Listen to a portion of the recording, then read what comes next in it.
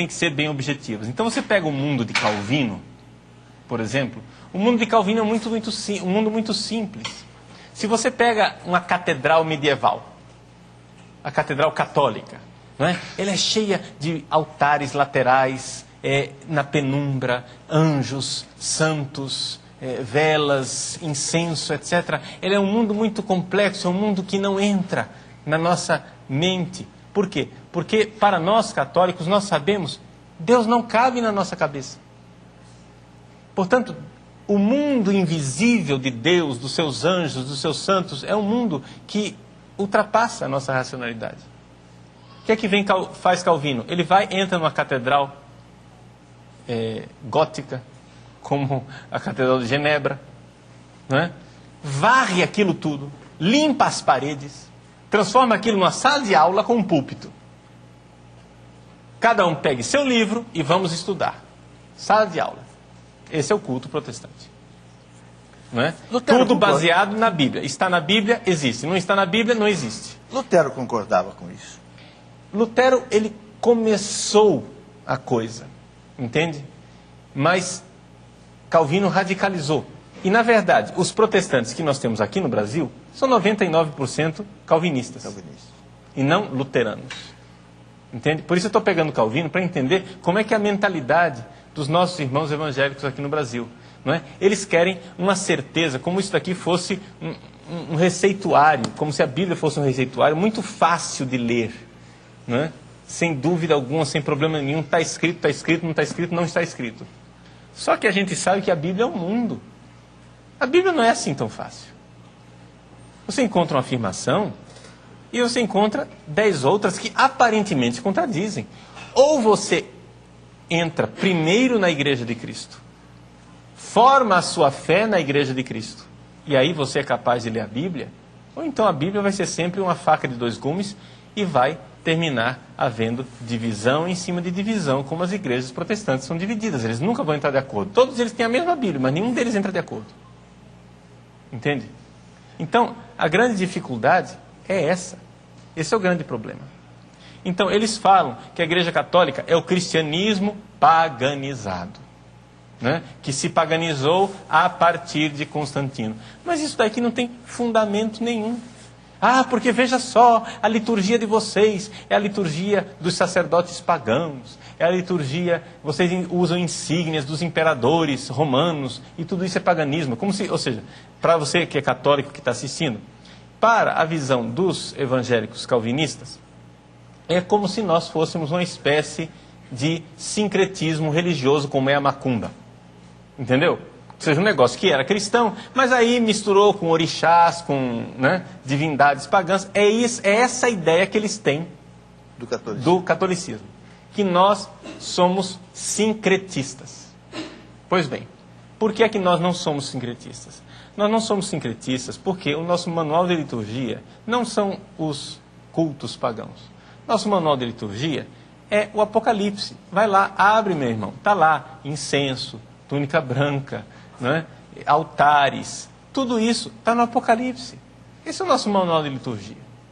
Depois outra coisa, antes que houvesse Bíblia canonizada no Novo Testamento, os 27 livros, nós já tínhamos o nosso culto cristão. Vá às catacumbas, por exemplo. Você visita lá na catacumba de São Sebastião em Roma. Você vai nas catacumbas de São Sebastião, está lá. Tem grafites dos primeiríssimos cristãos escrevendo lá: Pedro e Paulo, reze por fulano. Quer dizer, a intercessão dos santos lá nas catacumbas. A igreja nasceu católica, minha gente. A missa celebrada em cima do túmulo dos mártires. A missa celebrada em cima da memória, que eles chamam memória dos mártires, né? O túmulo dos mártires.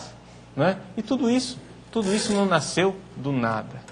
Né? Tudo isso foi uma lenta e gradual gestação orgânica da Igreja de Cristo, que foi aos poucos elaborando a sua liturgia e fazendo as coisas a partir daquilo que são os símbolos, sim, humanos, mas que estão na Bíblia.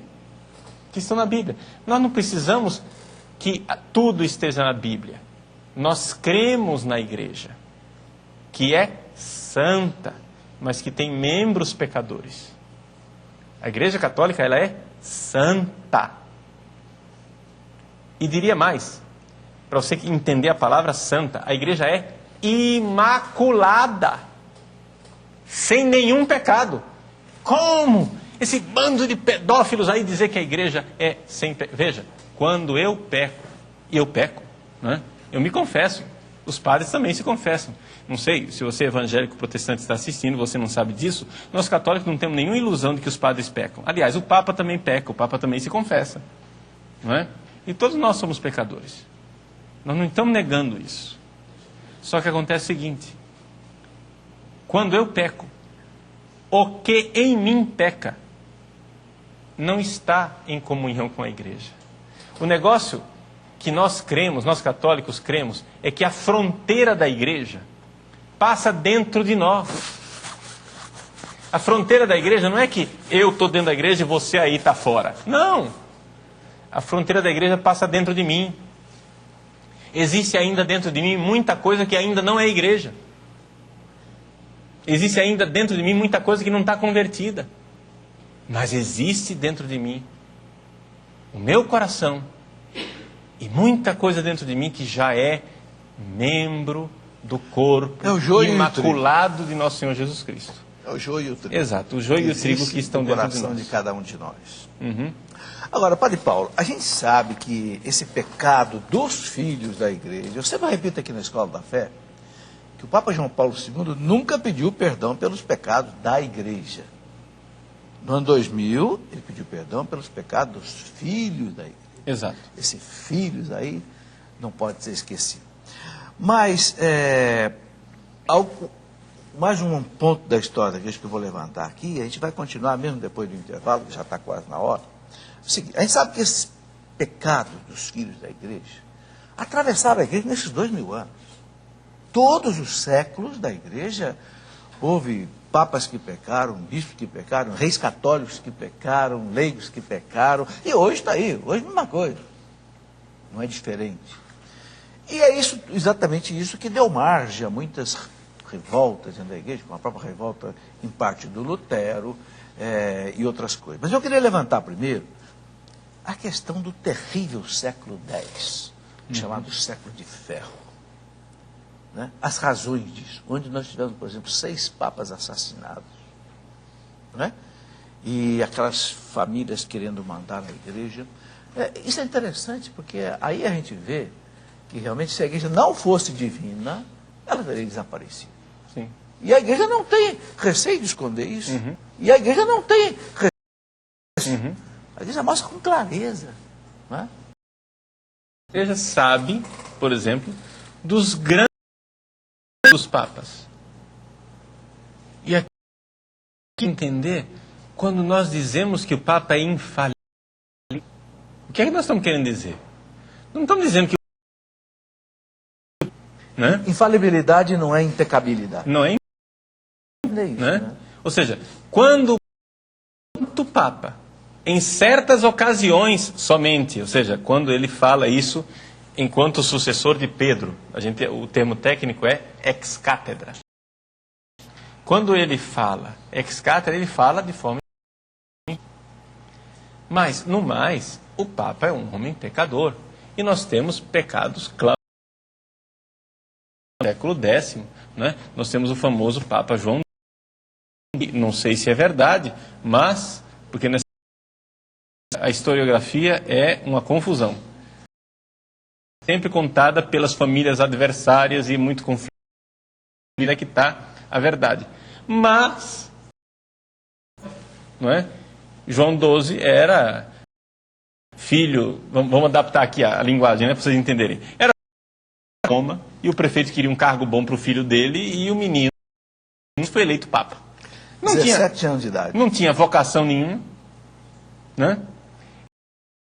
Amigos para o Palácio Latrão, fazia ali banquetes onde todo mundo terminava embriagado, um belo dia num banquete, todo mundo que estava bêbado ali ordenou palos. É evidente que essas... Posto pelo imperador. Depois voltou, foi deposto, depois voltou. O fato é que o homem